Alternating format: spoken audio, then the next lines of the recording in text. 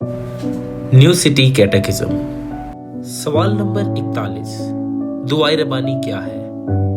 आए हमारे बाप, आप जो आसमान पर हैं, आपका नाम पाक माना जाए, आपकी बादशाही आए, आपकी मर्जी जैसे आसमान पर पूरी होती है जमीन पर भी हो।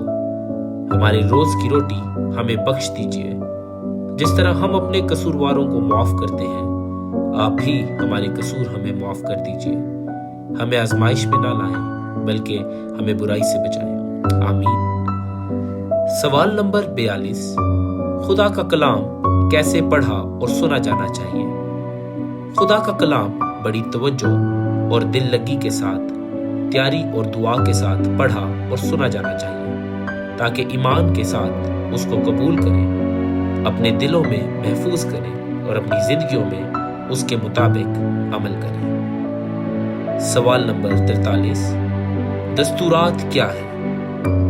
दस्तूरात वो रसूम है जो खुदा ने हमें दी और यसु ने भी पूरा करके हमें अमल करने को कहा। वो दस्तूरात है बपतिस्मा और इशाए रबानी। इन दस्तूरात में शामिल होना एक ज़ाहिरी निशान है और मोहर है कि हम बतौर कलीसिया या मुकद्दसीन की जमात, जो कि एक ही ईमान, मसीह की मौत और मसीह के जी उठने के वसीला से यकजा हैं। इन दस्तूरात पर अमल के वसीला से रूहुल कुद्स खुशखबरी में मौजूद वादों का ऐलान और मोहर करता है कि हम उनमें शामिल हैं।